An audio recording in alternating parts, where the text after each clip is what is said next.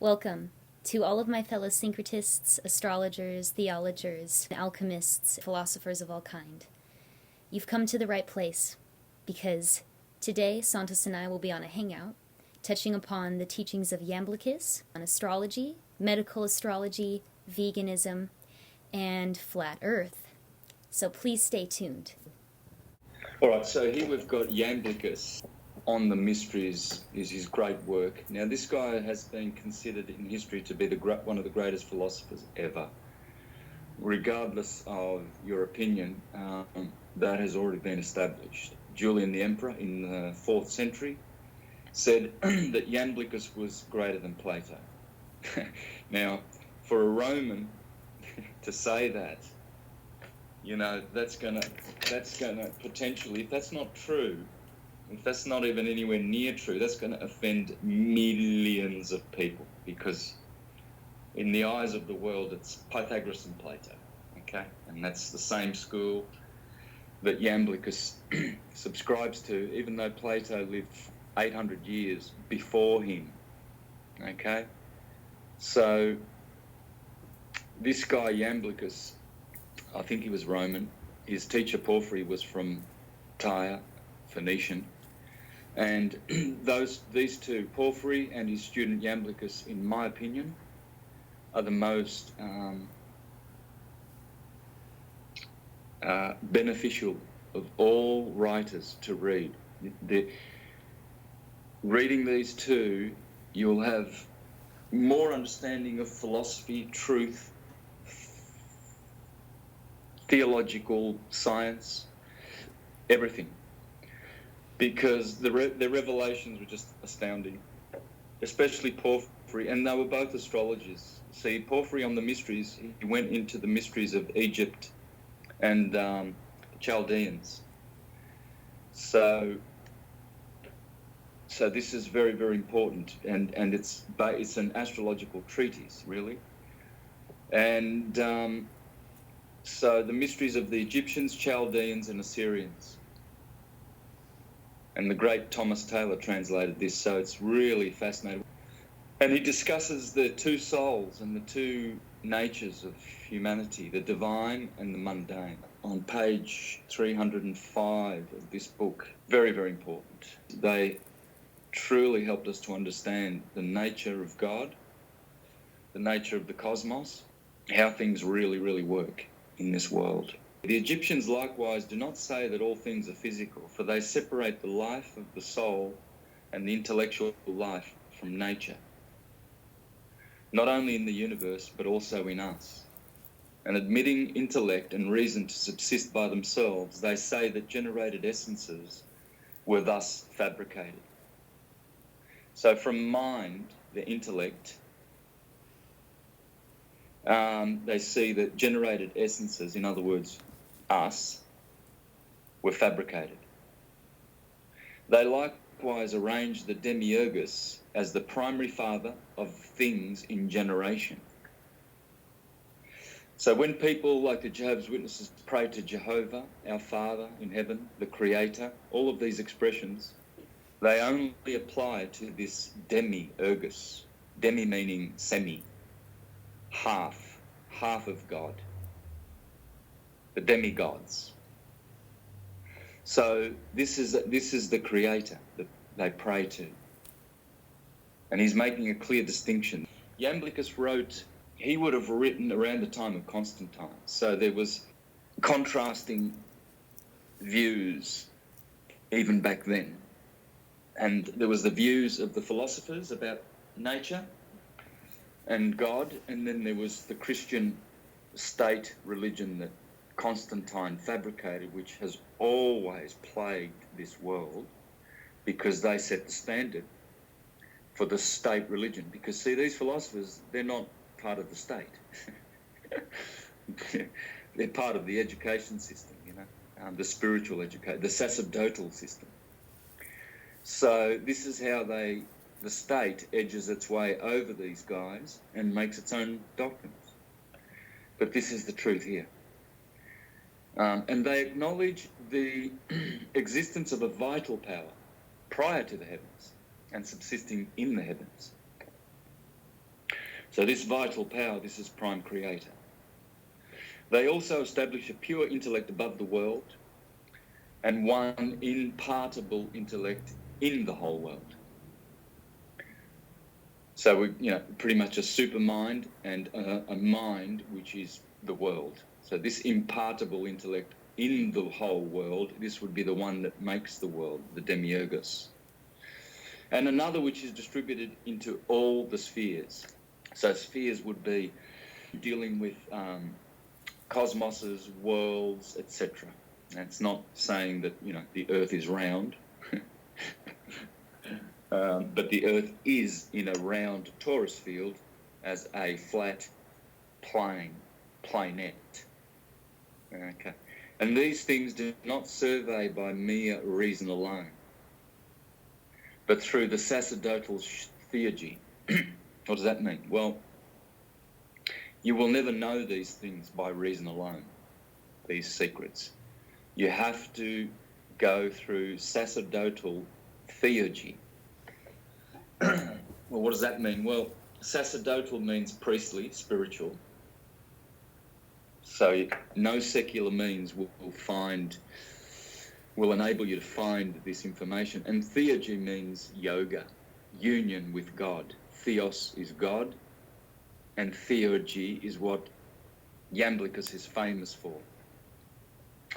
He expounded on the subject of theurgy and merging with God more than anyone else in history, even more than Plato. That's why 50 years after Iamblichus, Julian the Emperor said that he was the greatest divine soul who ever lived.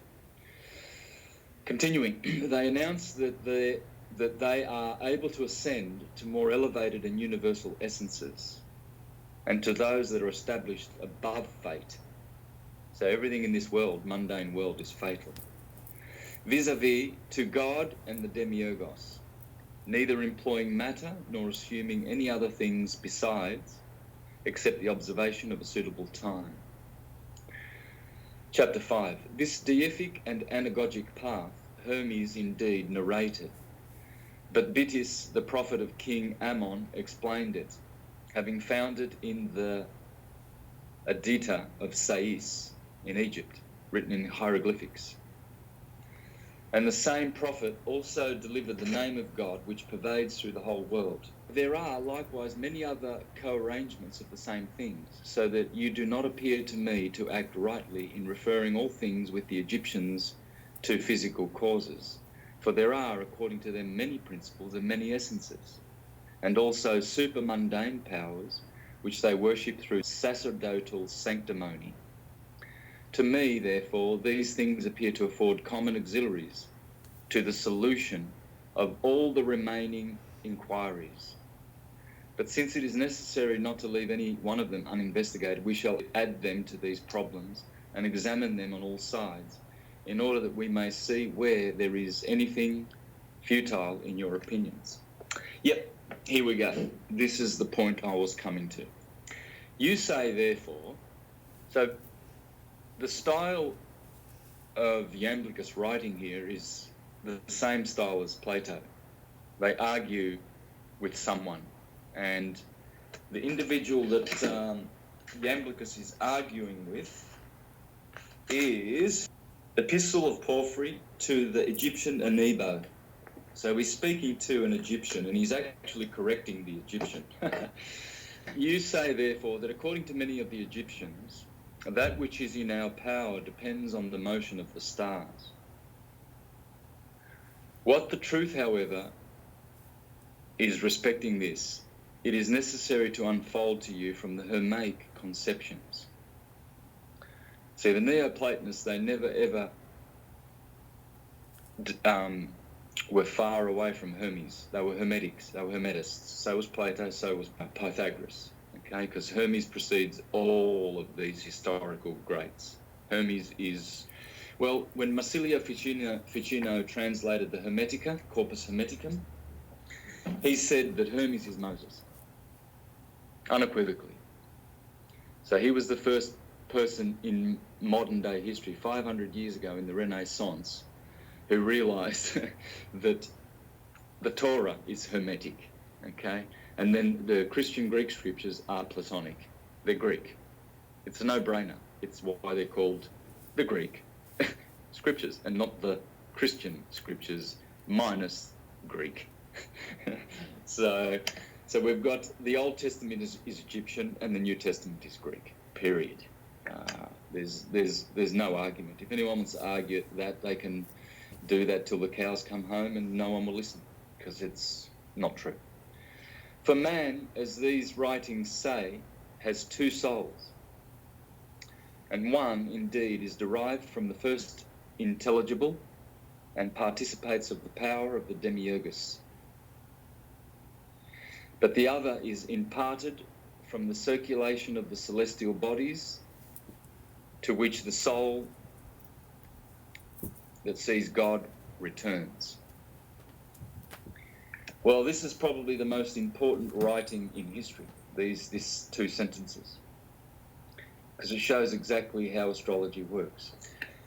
So one soul, the lower soul, becomes mundane, temporal, and comes from the first intelligible, that's the Demiurgos. And the other is imparted from the circulation of the celestial bodies, to which the soul that sees God returns. So this seeing God is the awakening, and the dead shall rise. Awakening to the higher self. And you see God. That's why when Jesus says, if you've seen me, you've seen the Father.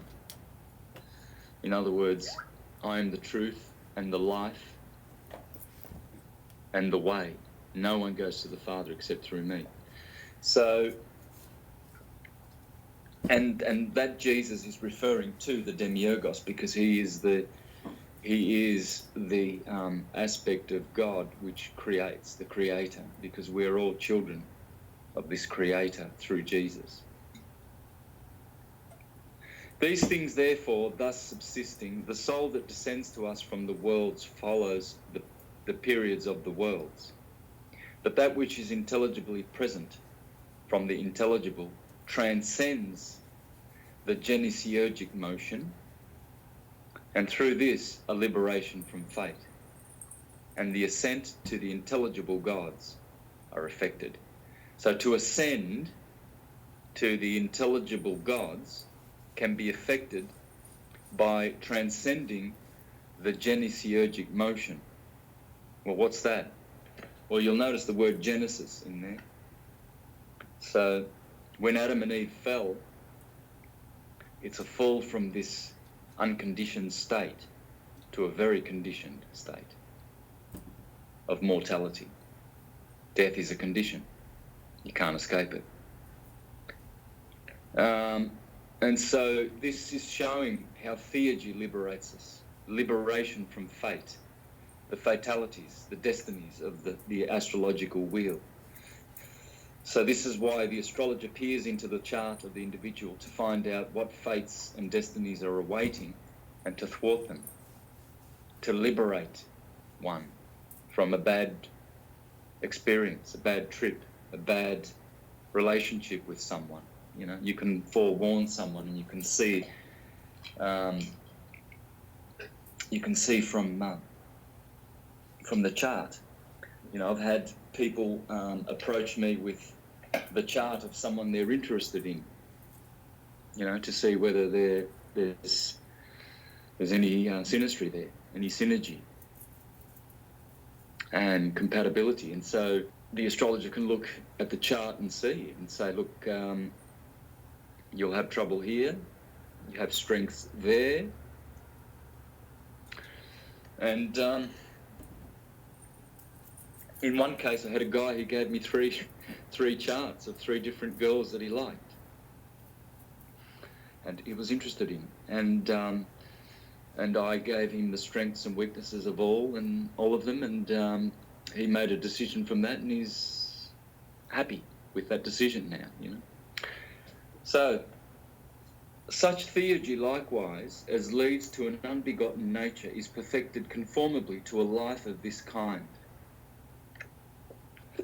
So, the point there is that the Neoplatonists, they understood that there were two natures, and this is what the churches are hiding from humanity by keeping people in the lower chakras, the lower mentality, from ascending, transcending this nature.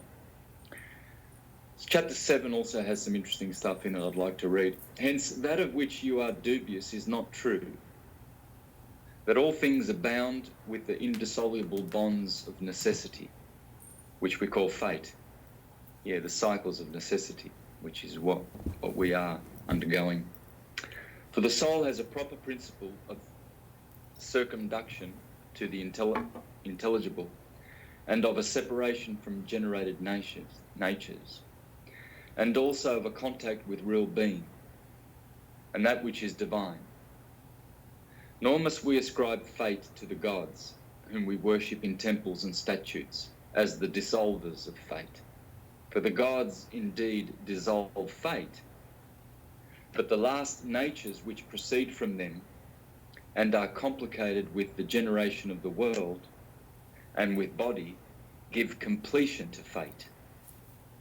Hence we properly worship the gods with all possible sanctity and the observance of all religious rites, in order that they may liberate us from the evils impending from fate, as they alone rule over necessity through intellectual persuasion. But neither are all things comprehended in the nature of fate. But there is another principle of the soul which is superior to all nature and generation, and through which we are capable of being united to the gods, of transcending the mundane order, and of participating in eternal life and the energy of the supercelestial gods. Through this principle, therefore, we are able to liberate ourselves from fate. Well, that's the purpose of astrology, to liberate ourselves from the fate that we see many people undergoing, themselves. For when the more excellent parts of us energize, this is very important, when we energize our excellent parts. So it's excellent to be vegetarian, as of course the Neoplatonists all were. Porphyry, for example, wrote a treatise on abstaining from animal flesh. See, these guys were astrologers and vegetarians, foremost, because the Egyptians required these two things for salvation. First and foremostly, one must be an astrologer and a vegetarian. For when the more excellent parts of us energize and the soul is elevated to natures better than itself, then it is entirely separated from things which detain it in generation, departs from subordinate natures, exchanges the present for another life, and gives itself to another order of things, entirely abandoning the former order with which it was connected. This reminds me of the scripture where it says, put on the new personality and leave the dead personality behind. So isn't this amazing? It shows here that when we energize our excellent parts, then we are separated from things which detain us in generation. So people who are wondering why they're here, how did we end up in this hellhole, eating and drinking and peeing and pooing, and that's about it. Some people, their most proud accomplishment would be how much they've put in the sewer tank. I don't see that they've contributed much more than that. Without being judgmental, it's a fact. I'm not judging. Others have contributed excellent things to the world. So how did they get to that situation? Most people are just eating and drinking like the animals and dying, and they're very sick. Well, it's because they haven't energized their super celestial excellent parts. What then? Is it not possible for a man to liberate himself from fate through the gods that revolve in the heavens? That's talking about Jupiter, Saturn, Mercury, etc. And to consider the same as the leaders of fate? And yet those that bind our lives with indissoluble bonds, perhaps nothing prevents this from being the case. For if the gods comprehend in themselves many essences and powers, there are also in them other immense differences and contrarieties. So it's saying that the gods, Jupiter, Saturn, Jupiter is Jesus, Jupiter Zeus, and Saturn is Satan. So right there in astrology, you've got Jesus and Satan, Horus and Seth, fighting it out over our fates. You see? Which wolf do you feed? So it is possible to break the limitations of the chart and to discover the essences and powers that are also in these gods. So Saturn might be a malefic and Jupiter might be the greater benefic in astrology. But the greater malefic Saturn can also bring great rewards. This is the thing. And Jupiter, being the greater benefic, he can bring lots of bad things as well to the individual. Arrogance, for instance, because they're so confident and cocky. So it's not all good what Jupiter gives. You see, you have to recondition these conditions. You have to retemper them. Moreover, this also may be said that in each of us the gods, though such as are visible, there are certain intelligible principles through which liberation to souls from mundane generation is effected. But if someone leaves only two genera of gods, vis-a-vis the mundane and the supermundane, the liberation to souls will be effected through the supermundane gods. These things, therefore, are more accurate than treaties of the gods, in which it is shown who are the anagogic gods, and according to what kind of powers they are so, how they liberate from fate, and through what sacred regressions, and what the order is of mundane nature, and how the most perfect intellectual energy rules over this, so that what you add from Homer, by the way, Homer, Hermes, same word, so that what you add from Homer, that the gods are flexible, it is not wholly to assert. For the works of the sacred ceremonies of religion have long since been defined by pure and intellectual laws. Subordinate natures also are liberated through a greater order and power. And when we abandon inferior natures, we are transferred into a more excellent allotment. This, however, is not effected contrary to any original sacred law, so as to cause the gods to be changed, through a sacred operation being afterwards performed. But from the first divinity sent souls hither in order that they might again return to him. Notice that the Neoplatonists also use him, the masculine. Why? Well, because astrologically this is correct. Because the male energies are gas and plasma, fire and air. And the female is water and earth. And of course, these are solid, they're tangible. So femininity pertains to the material manifestation of God's creation. As for generation and this universe are suspended from the intellectual essence, thus also in the orderly distribution of souls, the liberation from generation accords with the care employed by them about generation. So according to our deeds, according to the care that we employ in our state of generation, we will be liberated.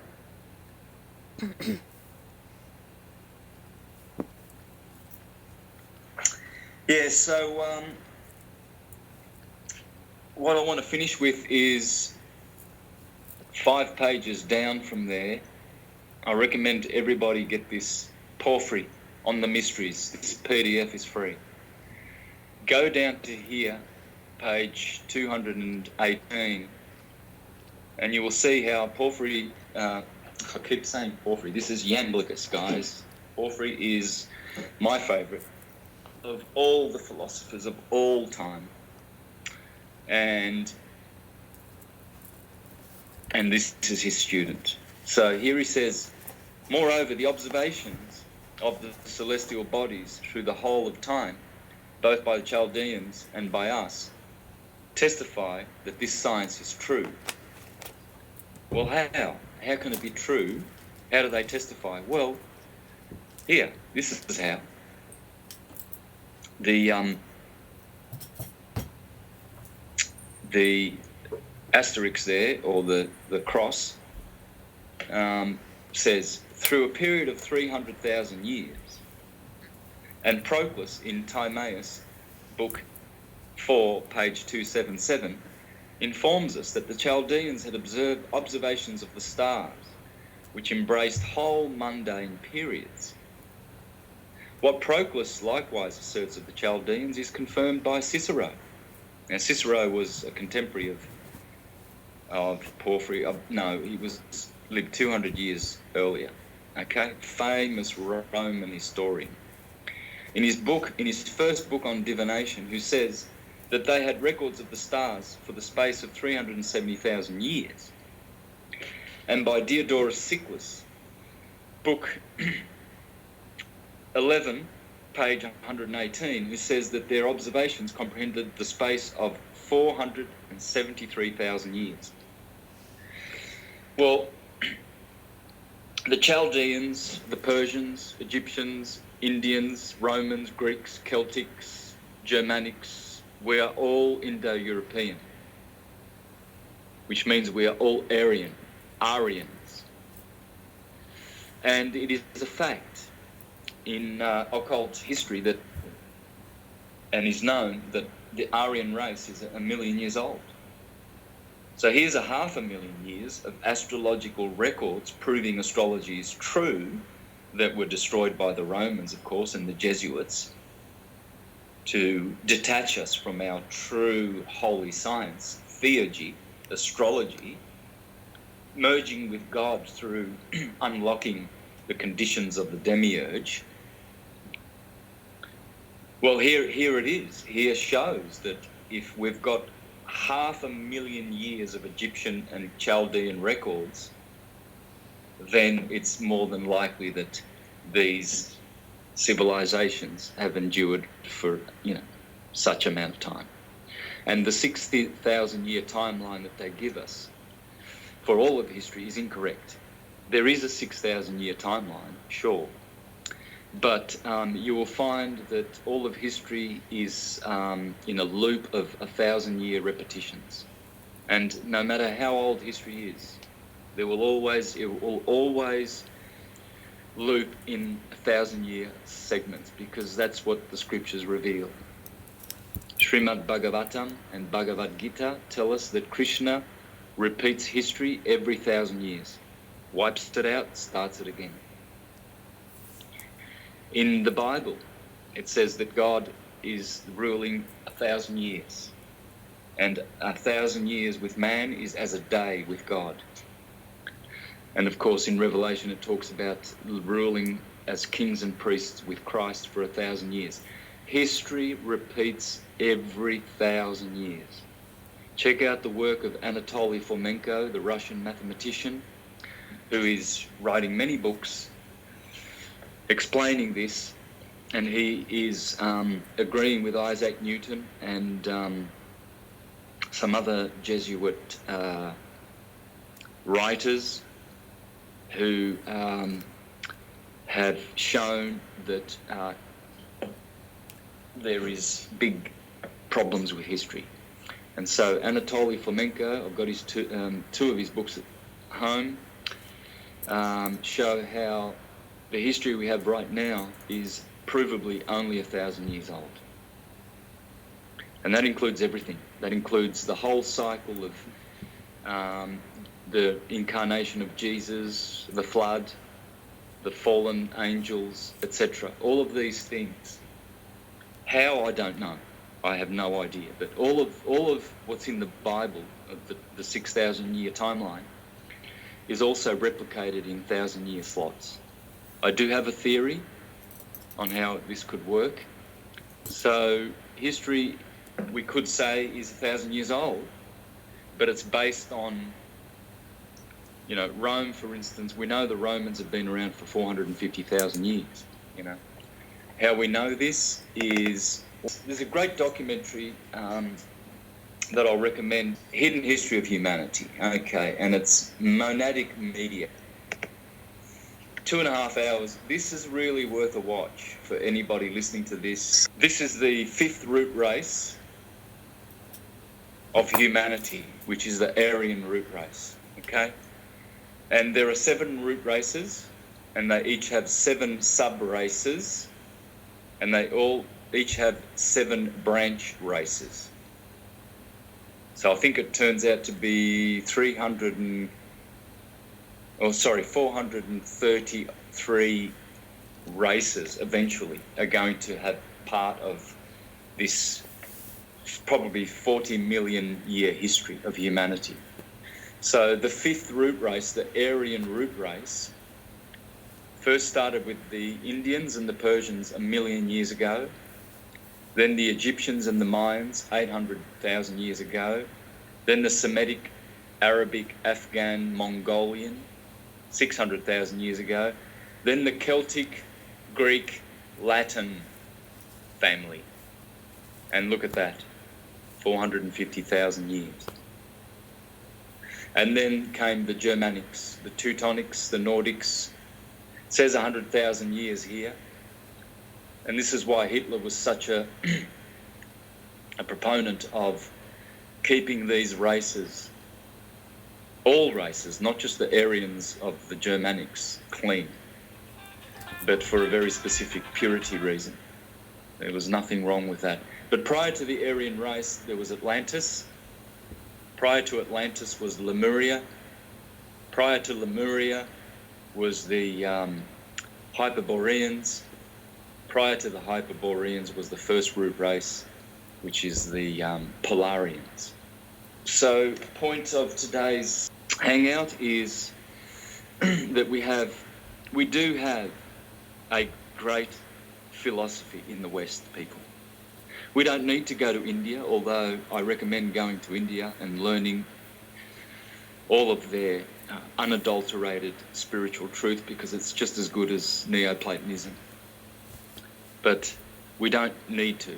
We have everything in the West.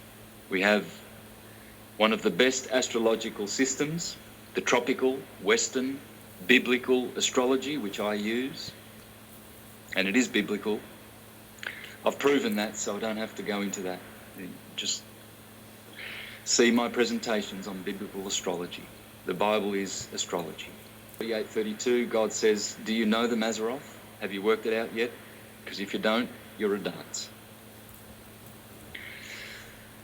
So censuring Job to be more enlightened. So this shows, Iamblichus shows that there is a great antiquity to astrology. It is a science, it's proven science. It works, but we need to liberate ourselves from this. And we have the 2 natures, the 2 souls and the 2 minds. He went into that and showing how we can escape the temporal and go to the super-mundane world. And so if we go to our greats, I recommend my 2 favourite of these guys, Porphyry and Iamblichus, but also I'm a great lover of Sallustius, Macrobius, Proclus and Plotinus. These are definitely the 6 greatest luminaries. You can't insert any of the others to topple these 6. You could throw in Ammonius Saccas, the founder of the Neoplatonic school. You can throw in Boethius, the last of the Neoplatonics. You can throw in Hypatia. These are all great. They're all great. There's many, many Neoplatons. There's probably about 20 luminaries. But the greatest, if we go by history, is Iamblichus, bar none. And all we need is an emperor of Rome to confirm that.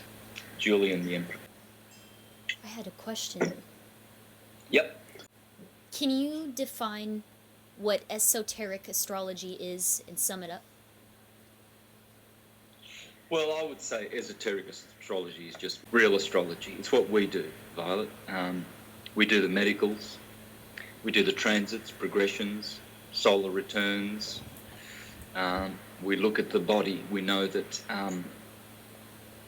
the body physically is very important, and the health. And so we do health modalities, tissue salts, crystals, herbs, chanting, all kinds of remedies to remedy any weakness and condition that is unwanted in the life of the native. So it's esoteric because it's not as, let's say, palatable for the mundane people. They want to pick up a paper and read their horoscope. Oh, it's a good time to go out to a club and meet girls, you know, because right now your stars are favourable. Well, all of those things are true. Those daily horoscopes and that, they're based on real things happening, but they're like, you know, they're like treating symptoms, like a doctor. He won't go to the cause to cure you. He will go to the effect to treat you. So you'll have an effect and you'll say, oh, look, there's a bump here. And you'll say, oh, I'll throw a whole bunch of this very expensive chemical on it, which gives me a bonus payment for subscribing. And I make money out of it too, you see. So this is how they're making money. And so they're just treating things, you see. So whereas a healer, a real healer, a shaman or someone like this, you could liken it to, in this example, as esoteric astrologer, I would say. So I know there are other different definitions for esoteric astrology. It's a whole other field where people think that they can do real weird and tricky things like heliocentric astrology, geocentric astrology, blah, blah, blah. Well, all of that, I think, is a distraction from true astrology. It's geocentric. How do we know this? Well, here's a good clue. Out of the philosophers that you just mentioned, which one kind of specifies on the remedies for the astrology? Iamblichus. Iamblichus. He teaches you how to remedy by making images under certain moons. So there are 28 moon mansions in the west, 27 in the eastern sidereal system. And so the moon occupies a house, a mansion, which is 13 degrees of ecliptic, because the moon travels 13 degrees along the ecliptic every day. So that's 28 times 13 brings you to 360 degrees. So there are 28 houses of 13 degrees along the ecliptic, and some of them are very, very favourable for certain actions. For instance, going into court, applying for a job, asking your partner to marry them, proposing to a partner, you know, going on a trip. You always want to start everything in a good mansion. So Iamblichus goes through the mansions and he teaches you what images to make and how to make them and how to be successful. So there's no greater remedy than that. No greater. There cannot be. Yes, I subscribe chanting, tissue salts, etc., but that is not as superior as, say, spygerics and images, you know. And you know about images, Violet, because you make wands for healing people. And when you do your readings, you actually have an offer where you can make the individual a wand specific to their astrological needs. I think your chart readings and what you offer, I think is the best I've ever seen. You are so thorough and comprehensive, and you have a great knowledge of crystals and herbs and spygerics, and you make wands, so you know their effect. You have great knowledge of astrology, and you also have a knowledge of the fact that here in astrology, you see this is the body of the individual, you see. So if this individual were born at this hour November 15, 2018, we would see that they would have an Aquarian moon, a sun in water Scorpio, and this is the generative system here. Aquarius is the 12 meridians in the body, the Chinese acupuncture meridians. So this person would have hormonal strengths and weaknesses, possibly, and he might have blockage or a great meridian system, right?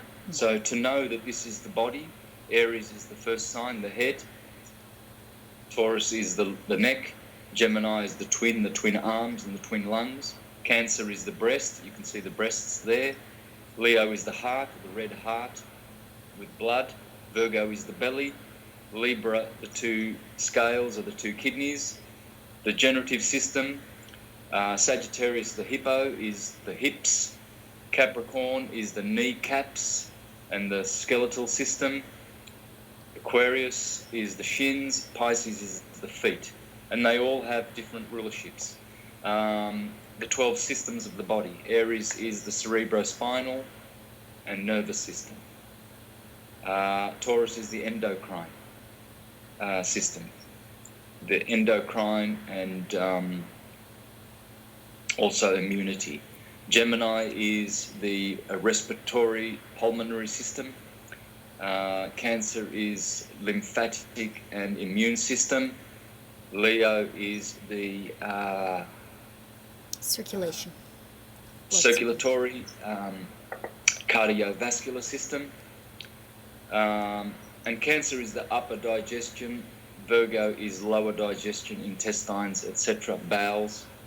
Libra has a bit of bowels in it as well, but this is the definitely the digestive system, Virgo. Libra is the kidneys and renal system. Scorpio is generative, no-brainer. Testes and ovaries. Sagittarius is muscular system. Capricorn is the skeletal. This is the Aquarius is, I find this is also part of the circulatory system, opposite Leo, which is cardiovascular. The chi, like electricity.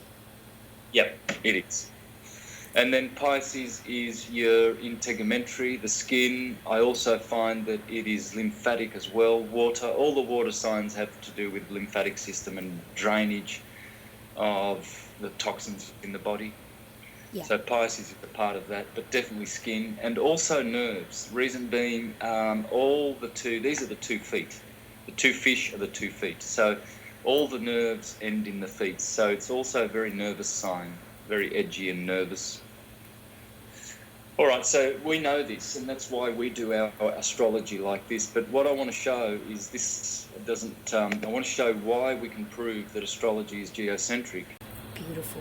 This line here, which is from the ascendant to the descendant, this is called the line of the Earth.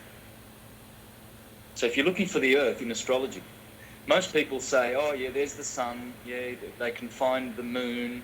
All right, so here we have the ascendant, and here we have the descendant. This line here never moves. The houses, they change their shape depending what house system you use. These on the inside, they're not all 30 degrees. As you can see, this is more than 30 degrees, this house. And this one is slightly shorter than 30 degrees. You can see it by comparing it to the sign Scorpio. Scorpio, all the signs have to be 30 degrees, but the houses don't. So this house here, you can see clearly this is only about 25 degrees wide. Well, that's because we're using a Placidus system here. There it is, Placidus, very ancient system. And so point is, this line here, the MC, you can see it's slightly to the left. It's not right perpendicular to this line. Now, but this line here, it's the only line that does not move in movable house systems. Why? Well, because it's the horizon. Here, the sun rises and comes up. As you can see, the sun in Leo, it must have been August, yep, August the 8th, is in the time, 12 o'clock, midday. Well, there you go. So you can see midday is here to the left. It should be right here under the MC. Right? So what you can see here is that the Placidus system accounts for what's called refraction of the horizons. So it's another argument altogether.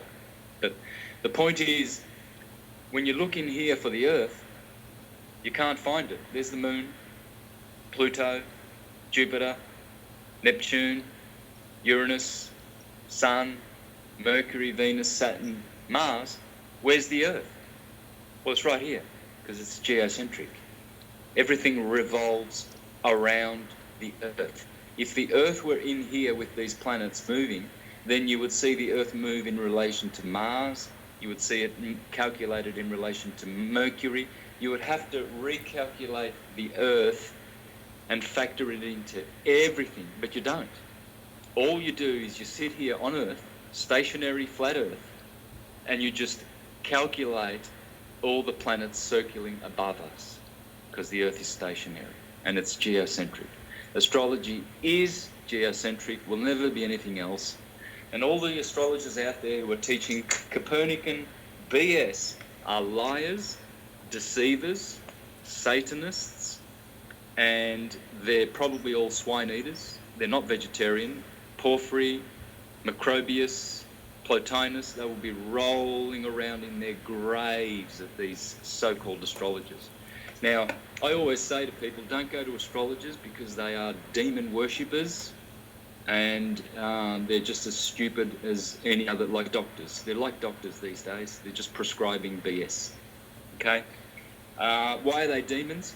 Because they subscribe to Copernican moon rocks, and they think the moon is a rock and Saturn is a rock. Even Wikipedia tells you that Saturn is a gas giant. So there's no substance to Saturn. So how can it influence the chart? Well, astrologer will say, oh, because it's a rock, and rocks affect you. Well, see, they're all liars. It's because they are sonoluminescent beings, archangels, archetypes, energy, conscious energy. Now, how many astrologers that look like drug addicts and alcoholics and convicts will tell you that? None of them, because they're all swine eaters, they're all addicted to something. The astrologer must be addicted to nothing, pure and free from all blame and guilt and contamination of this world. That's what astrologers will never tell you. Because why? Because they want business, like a doctor. They will treat you till the cows come home, but they won't heal you. There you go. Something also I wanted to point out too was the symbol, the glyph for the earth in alchemy is this circle with a cross in it. That's the symbol for the earth. It is. Well, lo and behold, there it is there.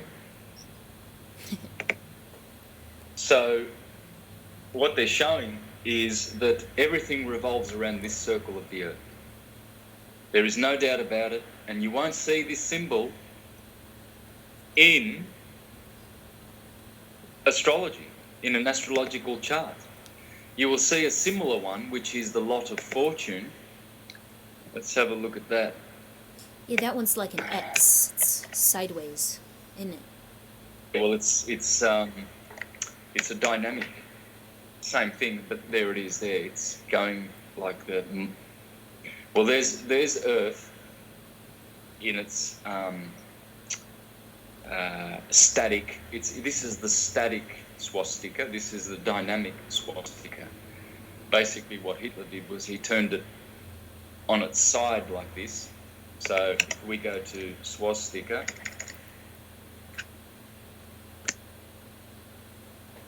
the swastika, we'll see that Hitler did something quite unusual. Normally it's static like this, meaning this is unlimited power. But this means action, turning power into force. You see? Action.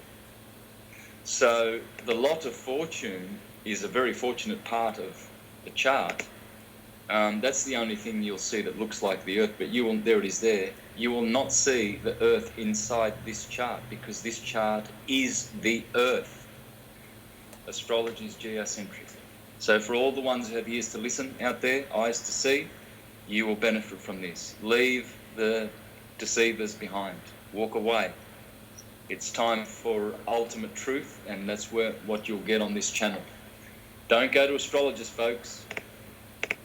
They are about as much a swine eater as politicians, businessmen, and all sorts of other criminals, okay? They are criminals. Just look at their advertisements. Go to the astrology section at the back of magazines, and you'll see women who look like beached whales with about $1,000 of makeup on their faces to hide how ugly they are, and their addictions and their demon spirit that's inside of them. Yeah, they are fortune tellers, but they are inspired by demons, okay? Astrology is a pure science. It must be pure. An astrologer, ask him first if he's vegetarian or not. And if he's eating murdered corpses, run away, okay? No astrologer should be vegetarian. And if you want to confirm that, read Porphyry on abstinence on flesh eating. Read not Proclus, one of my other favourites, Plutarch, 300 years prior. Read Pythagoras, read Ovid in the Metamorphosis, how he warns against flesh eating and how dangerous it is, and you will end up being recycled and living in this murderous world where humans eat humans, humans eat animals, animals eat humans, animals eat animals, and everything is preying on one another. If you want to escape that, learn astrology in its pure form. Vegetarian and free of demonic influences. Yes, yes. Also, too, some of these deceiving women that call themselves astrologers, they wear all this makeup on their faces, and they put their milk in their coffee. I want to just tell people really quick that, especially women that decide that they want to wear makeup, really read the ingredients in your makeup. Because, for example, like eyeshadow is, some brands are made from the scales from fish. That's why it's shiny and metallic. So you'd have to really be careful what you're putting on you, what you're putting in you. You don't need makeup. Women that think that they're ugly, it makes them look like clowns, okay? Nature is more beautiful than all this metallic, black stuff on your face. It makes you look like you've got a flu or something.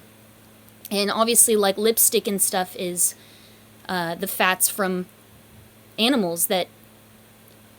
I used to work in a grocery store, and I was working in the coffee shop, and next to me was the deli, and they would display all the meats on the front every morning, and by the end of the day they would throw out everything that wasn't bought. And I asked, where does all that meat go? And they said, it goes to makeup industries. So be very careful about what you're putting on you as well as in you. And like, being vegan is more superior than vegetarianism.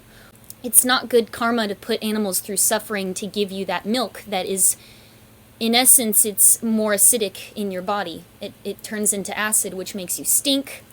You get all kinds of skin problems due to milk. Be very careful about what's in your products. And if you're an astrologer, go vegan, because you don't want to be putting those animals that you honor. You're putting them through suffering. So we don't want that bad karma on our hands. It's we don't want any blood on our hands. They rape the cows to make that milk that you want to put in your coffee. So just be careful. I don't wear makeup. I don't drink any dairy products. I'm purely vegan. and it has been only beneficial for my body in every way possible. I don't have dark circles around my eyes anymore because I don't wear makeup. It's more beneficial to go natural, all natural, vegan. Then you can call yourself a true astrologer. Oh, absolutely. Regardless of whether people accept this or not, in my world, if an astrologer is not vegan, I just totally disregard that individual. I don't care how famous they are and how many books they've written. They are bringing reproach on the holy science. We must be holy. And where is it that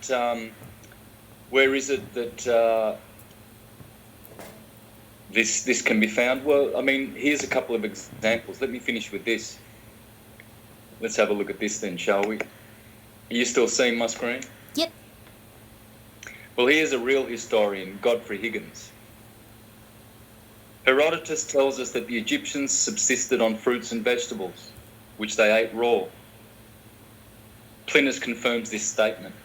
These are all, Herodotus lived 2,500 years ago, probably the father of history. I think they actually call him the father of modern history. Okay? And then Plinius, the Roman. Here's Godfrey Higgins in Anacalypsis, Book 2.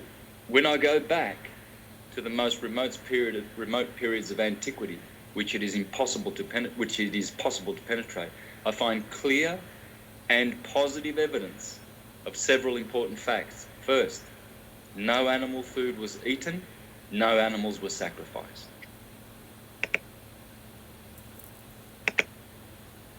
The Egyptian Book of Life. Here's clear evidence, folks, because the Egyptian Book of Life is the oldest book. It has probably 1 million years of history to it, like Ramayana, Mahabharat, Srimad Bhagavatam, the Puranas, etc. So it says, and behold, these things shall be done by a man who is washed clean, and is ceremonially pure, and who hath not eaten neither meat nor fish, and who hath not recently had intercourse with women. See what purity is? Here's Bhagavad Gita. If one has killed an animal, he must himself be killed by that same animal. This is called mamsa. Mam meaning me and sa meaning he. As I am eating an animal, that animal will have the opportunity to eat me. Here is Pythagoras. The animals share with us the privilege of having a soul. Alas, what wickedness to swallow flesh into your own flesh, to fatten our greedy bodies by cramming in other bodies, to have one living creature fed by the death of another. In the midst of such wealth as earth, the best of mothers provides, yet nothing satisfies you but to behave like the Cyclopses, inflicting sorry wounds with cruel teeth. You cannot appease the hungry cravings of your wicked, gluttonous stomachs, except by destroying some other life. And Pythagoreans, vegetarians were called Pythagoreans up till the last century. That's 3,000 years of history. If you were a vegetarian, you were nicknamed a Pythagorean, folks. And then when the Neoplatonists came, vegetarians were called Neoplatonists or eclectics or syncretists. Eclectics because they understood all the sciences properly. So folks, there's no two ways about it. If you want to be a flesh eater, do not call yourself an astrologer. Call yourself something else, a mechanic, a scientist, or whatever. Delude yourself. You know, you won't delude me. You may have a following of people where you delude them and fool them with your stupidity and your murderous behavior, but astrology has nothing to do with murder and eating corpses. We are not corpse eaters, we live. We eat life, bananas, apples, fruits, vegetables, nuts, seeds, grains, all the good things that the earth produces in abundance. The cupboards are full of porridge and oatmeals and grains and pastas and all kinds of fruit at the supermarket, and yet people go to the delicatessen to ingest blood. This is vampirism, okay? And this new religion of eating corpses comes from the fallen ones, folks. It's not from humanity. Before the fallen ones infested our plane with this mental program, a mental and spiritual virus of murdering sentient beings and eating their putrefying corpses, before that, there was no such thing.